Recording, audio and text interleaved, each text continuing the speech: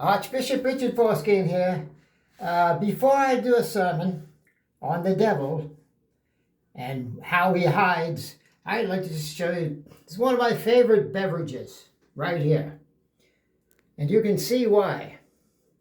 All right, now, don't get fooled by the devil. And you'll be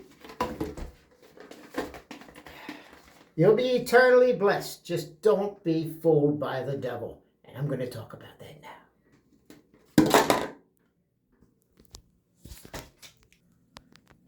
Here we go. I had to do that because you wouldn't see it properly backwards. Why? Because everything that they say about the devil is in reverse. And that's the curse. Let's see what this good old-fashioned preacher says about the devil. Now, I put it a quarter speed faster for those of you who have things to do. Let's see. Get this out of the way.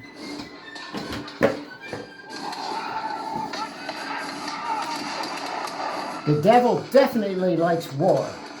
Let's see if I can get a full screen here. I'm going to tell you what I think. If I were the devil, if I were the prince of darkness, I'd want to engulf the whole world in darkness, and I'd have a third of its real estate and 4/5 of its population, but I wouldn't be happy until I had seized the ripest apple on the tree. V. So I'd set about however necessary to take over the United States. I'd subvert the churches first. I'd begin with a campaign of whispers. With the wisdom of a serpent, I would whisper to you as I whispered to Eve. Stop right there. Stop. To the young, I would whisper.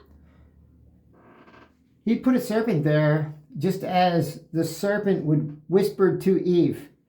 Folks, this Bible story in Genesis, who put the serpent there? And is it Satan? Let's go through this quickly. No, the serpent was put there by what they called God. And in the background, this God went and hid and had the two innocent children in the playground, at the candy store, and the serpent was there to make sure that they ate of this delicious candy-coated M&Ms, what have you.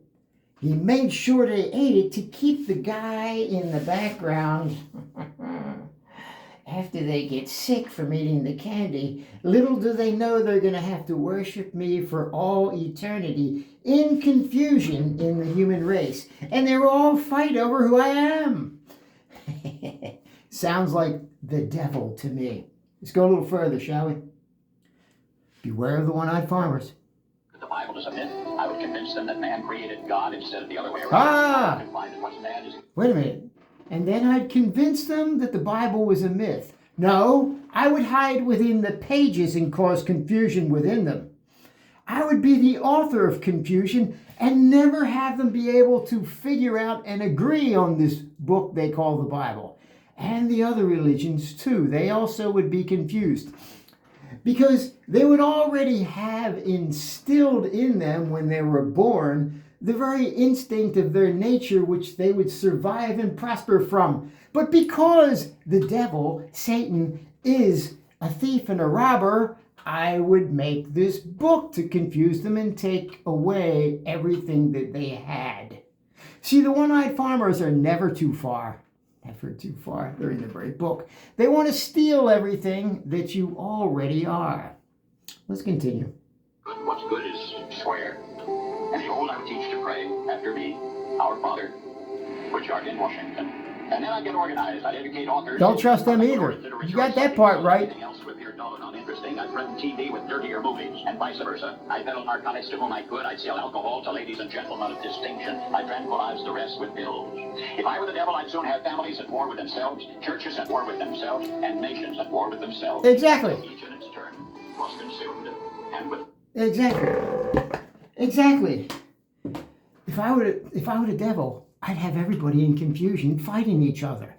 Well, what a better way to do it than put a book that tells them in the New Testament to be good and that Jesus is the same God as the Old Testament, and have the God of the Old Testament tell the warlords to cut the horse's hamstrings so you can win the battle. And kill all the men and take the women virgins that never slept with a woman. Take the women that never slept with a man for yourselves. And by the way, all tribes and countries did this kind of thing back then. Anyway, they had to do what they were told because they were controlled by the one-eyed farmer warlords. Let's continue. Promises of higher ratings. I'd have mesmerizing media fanning the flames.